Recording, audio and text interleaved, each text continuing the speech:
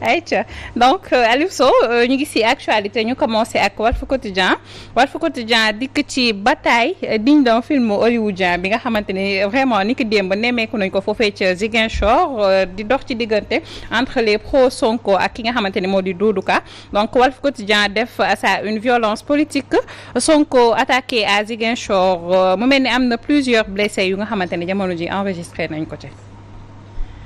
am na ay loxo yu damm. ay jamante paaka. fetal sax tàkk na. fetal tàkk na fa. donc ñu ci bari ñiy gën a ñàkk chance. ci bataille rangée boobu. eh ben ñi ngi ca hôpitalu Ziguinchor. wax bi nag nee nañu Ousmane Sonko temps yi xam nga mi ngi Ziguinchor. di def sa tournée pré-électorale. waaye xam nga ku def tournée pré-électorale boo demee ci réew ma. di nga dem ci ay béréb di jàmm santé di def ay conférence ak ay point de presse. donc ku wax loolu wax na ni kooku dafa war a bouger. circuler normalement. et librement te dara bañ ko gàllankoor. eh ben si lépp bu jaaroon yoon. lii ma wax ni dina am normalement te coow di jib bal du tàkk loxo du damm ay paaka duñ ko jamante. il se trouve que dafa am ñoo xam ne nee nañu béréb boobu Ousmane Sonko doon ñëw démb. pour dajee jàmm sant ak ay nitam def une petite réunion wala gis-gis saafonte ak waa UNACOIS. bu gox ba. eh ben ñooñu nee nañu loolu Ousmane Sonko waru koo def parce que gëm nañ ni ñoom foofu seen gox la ñoom ñoo ko moom. ndax dafa am Sénégal ay béréb yoo xam ne dafa am ay nit nee nañu. ñoom ñoo ko moom. te loolu il faut que mu dindeeku ci mentalité sénégalais yi. waruñu toog xalaat ni boo xalaatee Thiès. da nga war a wax ni Idrissa Seck moo ko moom. boo xalaatee Ndar nga ne kii Faye. Mansour Faye moo ko moom. nga xalaat dégg nga maam Louga.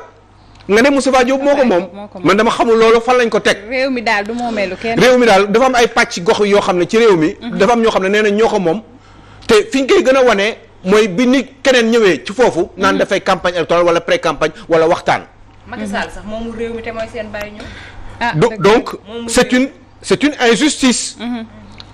moi je pense que ni li ñu teg Ousmane Sonko ak njabootam démb ca Ziguinchor. lu ñu war a yuuxu ci kaw la. ba pare ñi nga xam ne. ñoom ñoo def loolee ñu sanctionné leen avec la plus grande rigueur. waa Doudou Ka yi nee nañ ko waa Ousmane Sonko yi ñoo njëkk a attaqué alors que nag ñoom ñoo fekk si ñoo def si violation de domicile. mais parce que béréb bi ñoom ñi doon defee seen gis-gisee boobu. di waxtaan ak waa UNACOIS foofu leen ñooñee fekk. kon ce n'est pas vrai ça veut dire que ñoom mënuñu supporter Ousmane Sonko di dem yenn béréb yi surtout béréb yooyu nga xam ne nee nañu dafa jàkkaarloog kër seen propre leader ñoom bi nga xam ne moom mooy le directeur général de l'AIBD. monsieur Doudou Ka. loolu dañ ko war a seetaat te gis naa ni waruñu bàyyi loolu mu sori te ñii xam ne ñoom ñoo def yooyu alkaati yeeg policiers yeeg en tout cas les autorités de ce pays. ñi nga xam ne ñoom ñooy gérer kaaraange réew mi dañu war a dem seet mbir mi nan la demee. pour ñi nga xam ne ñoom ñoo ko def ñu sanctionner leen avec la plus grande force. ndax loolu dafi war a jeex. Ousmane Sonko a le droit d'aller où il veut. ba ca Ourossogui. waaw. ba ca Ourossogui. Matam sax bu ko ba ca Matam am na droit dem fa parce que ci réew mi la bokk. doomu réew mi la war na am def son maillage partout ailleurs dans le pays. donc il est inquestion et inadmissible comme l'a dit j'ai beaucoup aimé Abdou Mbaye. Ouais. Geste imbécile. Bah oui. Oh c'est des crétins.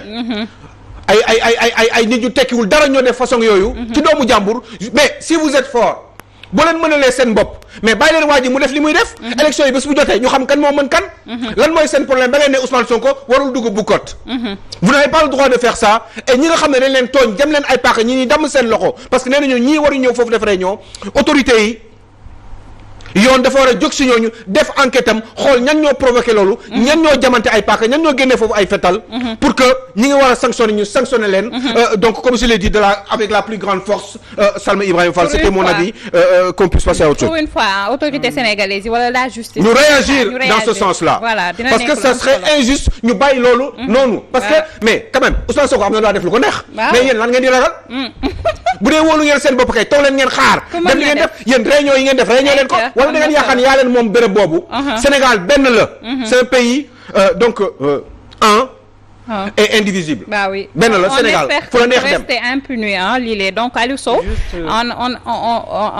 ok non rapidement juste que ne c'est vrai que xam nga li ni mel Bougane gi wax na ko fi ne dafay def tibbi tànk Casamance te moom dafay njort que ne ñu ngi waajal ay attentat c'est vrai que ñi ci bëri jëluñu au sérieux mais je pense que fu mu ne nii entourage Ousmane Sonko war na ci kii. te lii tamit du guléet parce que Guy Marius Sagna attaqué nañu ko mais ba léegi sans suite la. kon jàpp naa ne lii Aliou Sow wax faw tamit ñu bañ cee boole politique. que je suis situer les responsabilités. c'est très important ayca Aliou Sow ñu xaar rek ñu wànnenti dig mu jekki gëtam en attendant ñu dem ci le mandat Aliou Sow le mandat def à sa une Ndeye Ndiaye Tyson à l'assaut de la mairie de Guinaw Rail Nord la Lionne sort ses griffes mu mel ni jamono ji moom it daal dinay pare takk sëram ngir jël li nga xamante ni moo di mairie Guinaw Rail Nord. boo gisee ma ñu xalaat le mandat def ko tey. c'est parce que d'abord c'est une femme doon jigéen. doon une femme qui s'est battue dans sa vie. ana jàngam école soriwul waaye ku am xam-xam la am capacité de management. te wane na ko ci làmb wane na ko ci dans ses activités en tant qu'opératrice économique. wane na ko ci fànn yu bare bari yoo xam ne ay góor ñoo fay nekk mu nekk ci seen biir. parfaitement ñu bari loolu séddale nañ ko. on a pensé que ni ce serait bien ñu wane ñi nga xam ne ñoom ñoo baax ci réew mi après le docteur Souleymane Assou Diagne hier on a pensé que aujourd'hui il fallait qu'on parle de cette grande dame qui s'appelle Ndeye Ndiaye Tyson et qui a justement œuvré bokk na ci ñi nga xam ne yëngal nañu économie réew mi am na lu ñu ci jot a def qui ça doit être des femmes qui doivent être aidées ñu gën leen jàppale parce que li ñu mën ci seen i gox xale yu góor yu baree bari yoo xam ne ñoo ko mag mënuñu ko respecté nañ ko jox nañ ko cër mais nañ ko am na benn espèce su aura boo xam ne ak capacité de management boo xam ne en tant que femme boo xam ne niveau d'étude am soriwul ñu war ko mën a jox mairie bi nga xam ne man personnellement man su ma doon voté Guinaw Rail man Ndeye Ndiaye Tyson laay voté sans doute parce que jigéen la ñafe na et puis am na lu mu jot a prouvé pour une dame qui a moins de 50 ans ça fait combien d'années yaa ngi di dégg turu Ndeye Ndiaye Tyson ñaata at te amul est-ce que Ndeye Ndiaye am na 45 ans xale bu ndaw la juddu barki dem teel a reyante laay fam jafe ko ba toll fi mu toll nii tey bu nee moom dafa bëgg maire yi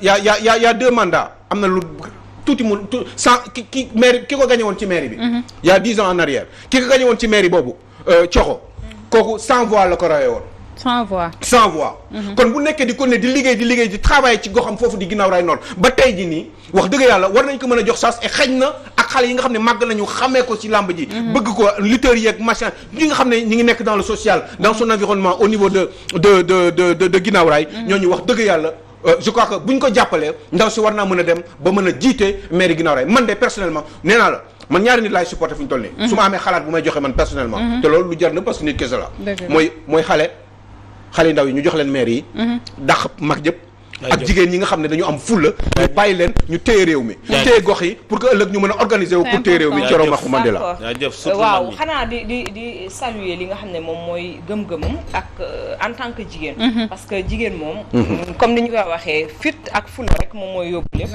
fu góor baaxee rek jigéen baax na comme ni ñuy waxee mais Guinaw Rail Nord moom ren Ousmane yow kii Aliou Sow dina nekk loo xam ne parce que ay jeunes ñu ngi fa ay xale yu tuuti yoo xam ne nii Ndeye Ndiaye Tyson yi moo leen mag fuuf yoo xam ne moo leen yar ñi ngi fa ñoom tam samp seeni nënd dëgg la tey xale la yoo xam ne nii tamit ñoom ci askanu Guinaw Rail Nord suñu ma déggee ñoom ñoo samp jeunes yooyu pour ñu taxaw ren ji pour mën a jël li nga xam ne nii moom mooy mairie ba ci ay xale yoo xam ne tam ay jeunes yoo xam ne nii social moom moo leen ñoroon dañ ko doon def di ko def ba ñi nga xam ne ñoom ñooy population ñoom ñoo leen désigné que suñu sañoon ngeen dem ci boppu maire bi mën naa ci lim ay jeunes yoo xam ne ku ci mel ni Insa Sagna mi ngi foofu ca ginnaaw raay noor xam naa ne Ndeye Ndiaye Taaj dina xam bu baax li may wax mi ngi foofu ci lii te ndaw la boo xam ne nii moom da doon yëngu ci wàllu social jege woon na askan bi parce que ku ci nekk foofu ci ginnaaw raay noor tëjalu la woon këram te amul benn ndomba tànk boo xam ne nii journaliste la comme ñun waaw bu Raay BFM am na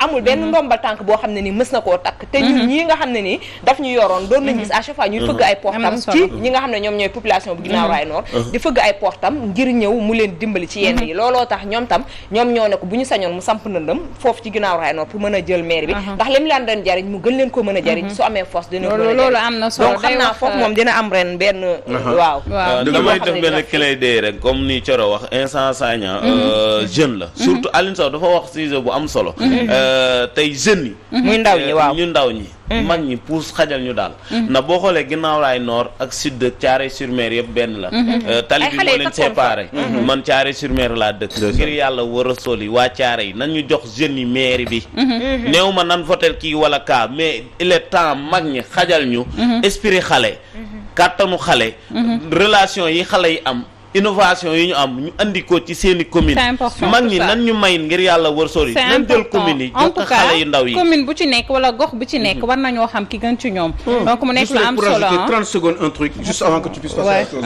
c'est vrai que Guinaw Rail c'est une zone boo xam ne il y a beaucoup de gens qui font du social là-bas yaa ngi koy wax léegi Thioro Maxu Mandela mais c'est d'une évidence que ni aujourd'hui on parle de Ndeye Ndiaye Tyson suba mun nga ma wax ñu wax ci kan mooy Insa Sagna mais je n'ai pas envie de faire une dérision moo tax mënu ma waxandoo ñëpp en même temps et c'est une évidence que ni ñëpp la mais comme tey Ndeye Ndiaye la ñuy wax donc forcément moo tax ma wax kii mooy kan ëllëg ñu wax xam nga démb wax naa comment il s'appelle docteur Souleymane Assou Diagne je suis là pour parler de tout le monde mais tey waxu Ndeye Ndiaye Tyson la ñuy wax ëllëg mën nañu wax Insa et ñoom ñëpp sax il est jeune ñaar lan la wax ñaar jigéen ak xale waaw xanaa wax day jeex.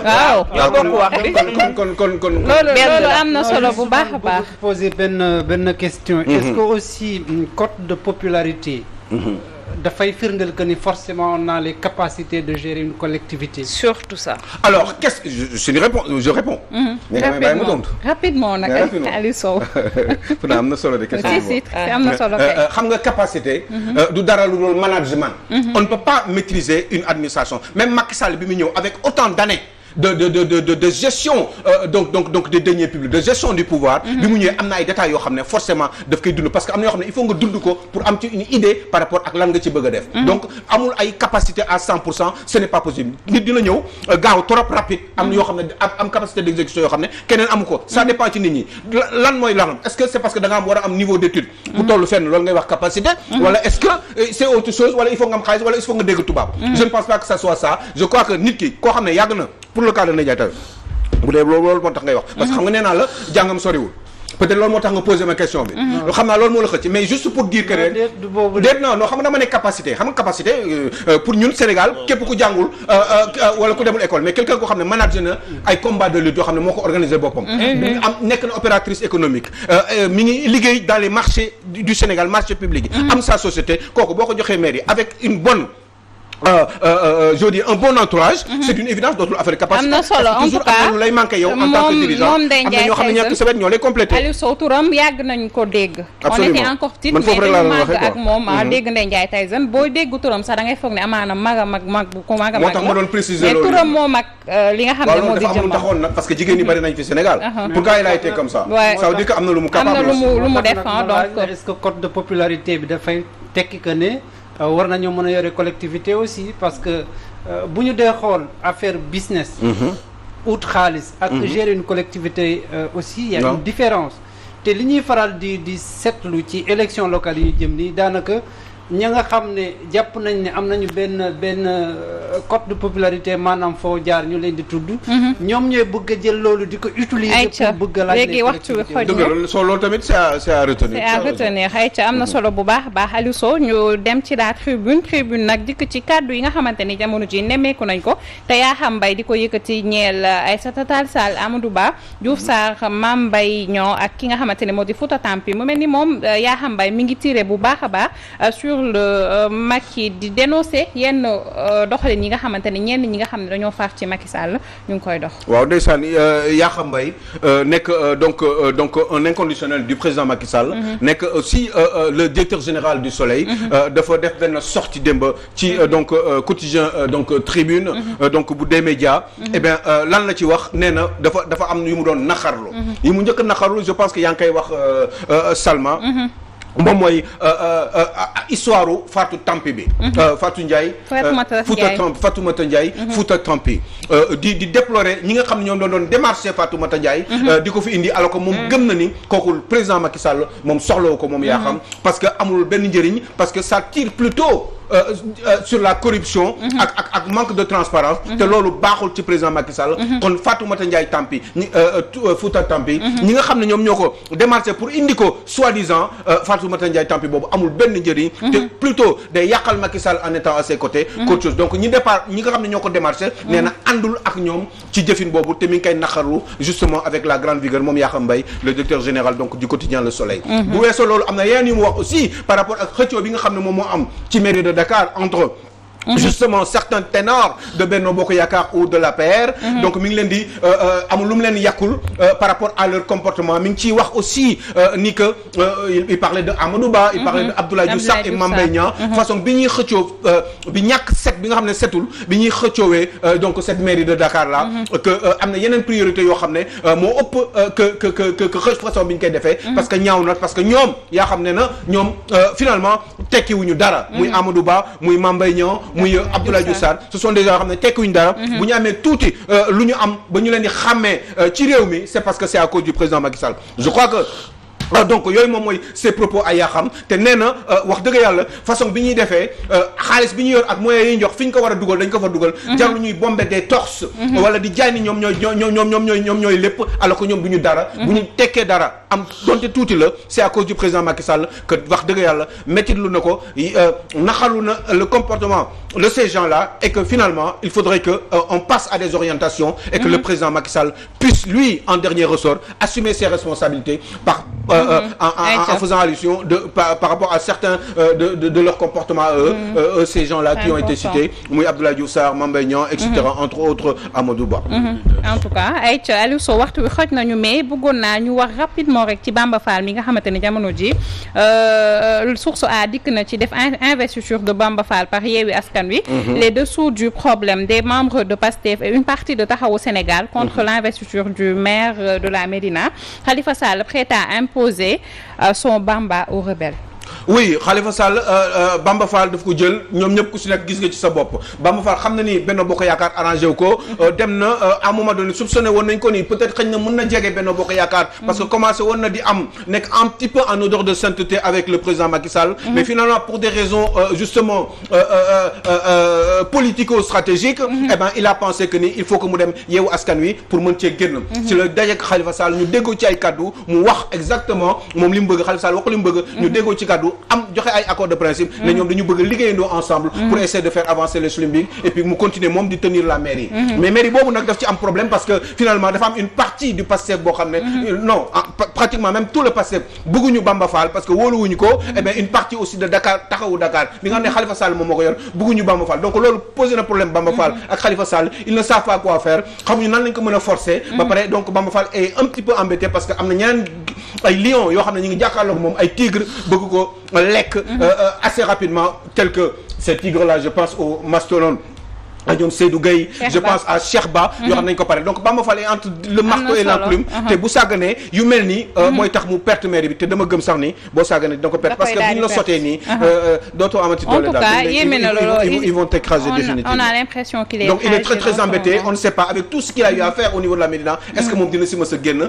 pour mën a retrouver encore la mairie après 2024 ça va être très compliqué et difficile pour lui en espérant que j'ai bien travaillé t'as bien travaillé comme toujours et tu n'as pas parlé de ma belle cravate aujourd'hui man mi nga xam ne dama jekk taxawaay di jaajëfal la maman Henriette suñu yaay la sister Néné maman Khady Seck maman Gisèle Goudiaby ak tata Fatima Samoura Assane Gueye ak suñu papa Ousmane Sow dafa am nag ñu jaaxale parce que ñii ni ma leen di répété dafa am ñu mu jaaxal mais ñooñu dama leen bëgg moo tax. wallaay ndeysaan mais bàyyil ma xel ci Kéwé Diallo. Kéwé Diallo à Bargny femme bu jaay yor ay bagaasam mais bëgg petit déj bëgg Aline Sow. Kéwé Diallo yow mi nekk Bargny yal na la yàlla sàmm yow ak sa njaboot avec tout ton entourage. amiin ci jaay Rasulullah sallallahu alayhi wa sallam barke Cheikhul Khadim jërë ngeen jëf. amiin dañuy dem toile c'est tout de suite à toi.